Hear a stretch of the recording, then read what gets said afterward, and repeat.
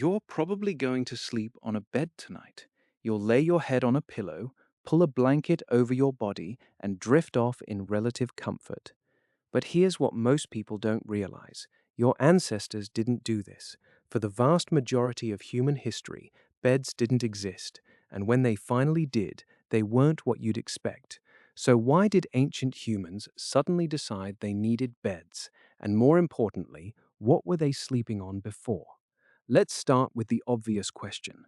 Millions of years ago, our earliest human ancestors weren't sleeping on anything. They were sleeping on the ground, dirt, rocks, whatever surface they happened to find when night fell. And they weren't sleeping comfortably, they were surviving. The ground was cold, it was hard, and it was dangerous. Predators could sneak up on you. Insects could crawl into your ears and eyes. The moisture from the earth seeped into your bones. But here's the thing that changed everything. Humans got smarter. Around 400,000 years ago, something interesting started happening. Archaeological evidence shows that early humans in Africa started collecting plant materials and arranging them into piles.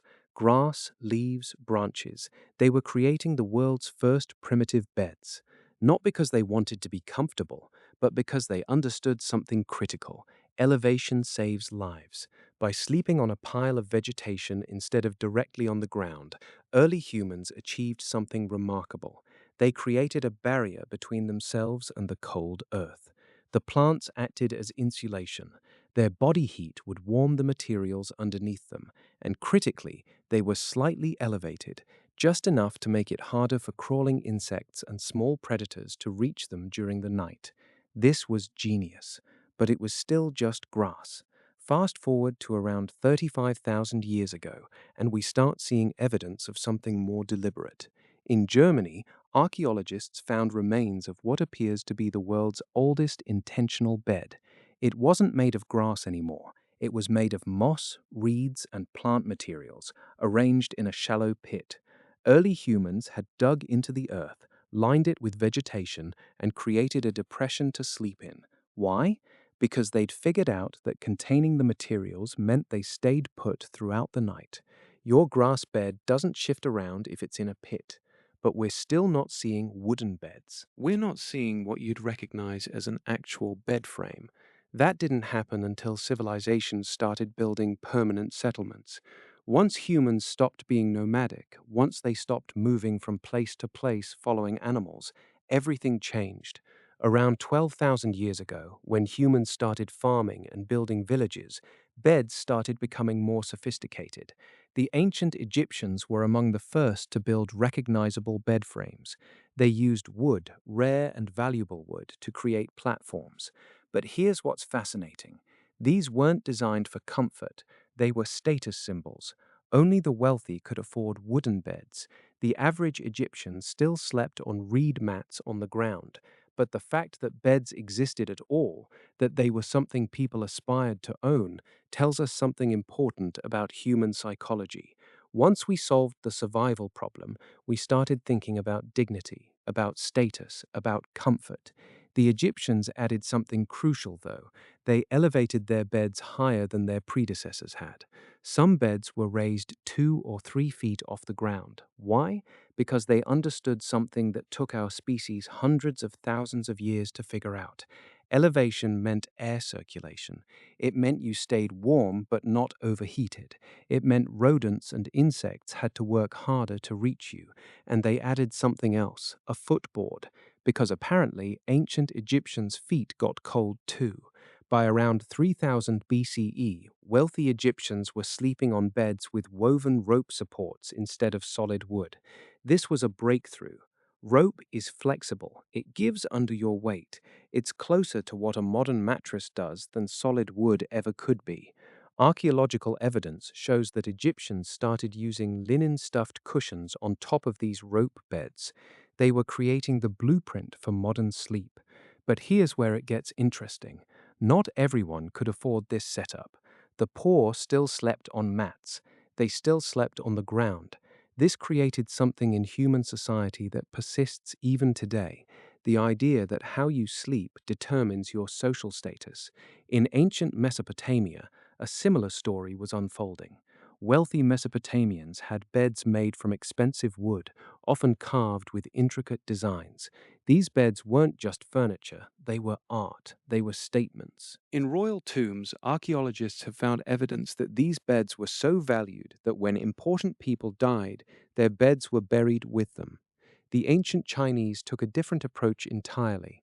They didn't develop beds as we think of them. Instead, they created heated sleeping platforms called kangs. These were built from brick or stone, and underneath them, they ran warm air from cooking fires. The logic was brilliant.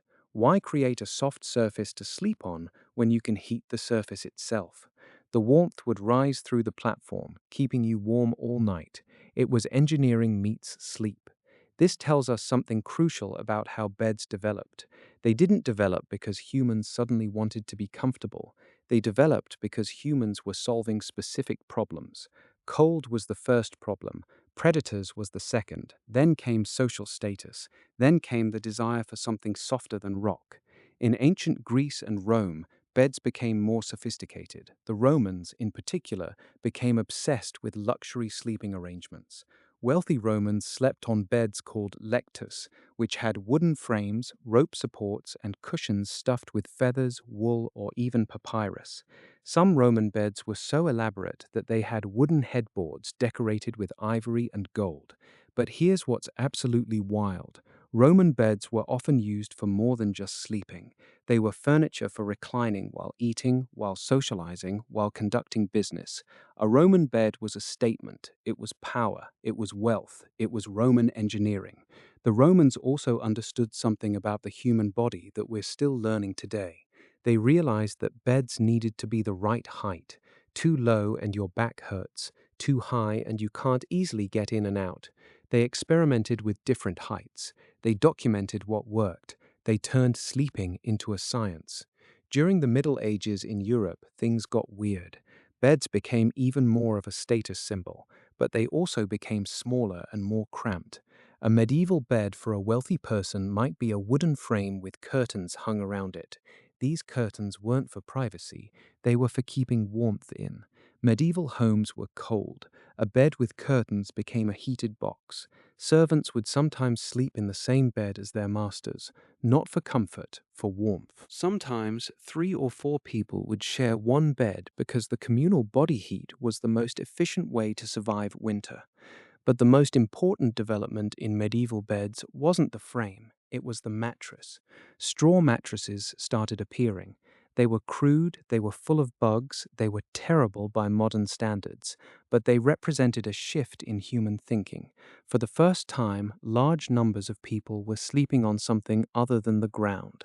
For the first time, something was being placed between your body and the hard surface underneath. Jump forward to the 18th and 19th centuries, and beds start becoming what we recognize today. Springs are invented, the coil mattress is developed, mattresses stuffed with horsehair become common, beds become softer, they become more comfortable, they become less about status and survival, and more about actual rest. And this is the moment where the real question gets answered. Why did ancient humans start sleeping in beds? The answer isn't simple. It started 400,000 years ago because a pile of grass was better than dirt. It continued because elevation saved lives. It evolved because civilizations needed to express social hierarchy. It advanced because human brains are always trying to solve the next problem. And by the time we reach modern times, it's become something we take completely for granted. But here's what's really fascinating. Your ancestors spent hundreds of thousands of years perfecting the art of sleeping on the ground. They knew which plants made the best insulation.